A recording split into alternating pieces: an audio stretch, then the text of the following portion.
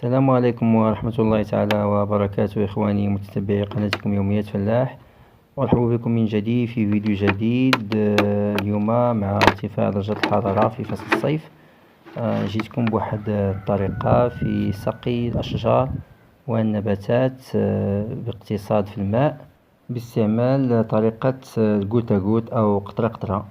كيف كتشاهدون هنا في الصورة، فهذه قلعة ديال لتر ونص، درت لها واحد الفتحة من جهة واحدة، يعني باغي نوريكم كيفاش غادي نقوم بوضعها في الشجرة. كيف كتلاحظوا واحد ثقب صغير. من بعد ذلك انت ملي كنغلق القنينة فهو الماء ما كيبقاش يسيل، وملي كنفتح القنينة كيبقى الماء كيسيل.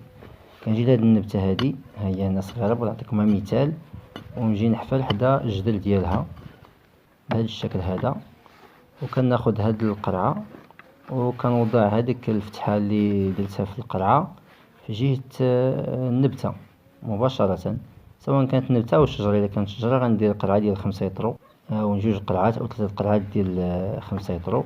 كانت نبتة صغيرة فقط يكفي قرعة ديال يطرو أو يطرو ونص، وكنعمرها بالماء. من بعد ما كنعمرها بالماء كنقوم بإقفالها بإحكام. إذا خليتها محلولة فغادي يتم تسرب الماء بسرعة، ولكن إلا قمت بالإقفال ديالها بهذا الشكل هذا فغيتم تسرب ديال الماء بطريقة بطيئة واقتصادية. يعني هذه طرونس يقدر يضرب لي نهار كامل. هذه إخوة هذه القرعة. إلى هنا نتمنى يكون عجبكم هذا الفيديو، وما تنسوناش بالاشتراك ديالكم والضغط على زر الاعجاب ليصلكم كل جديد. والسلام عليكم.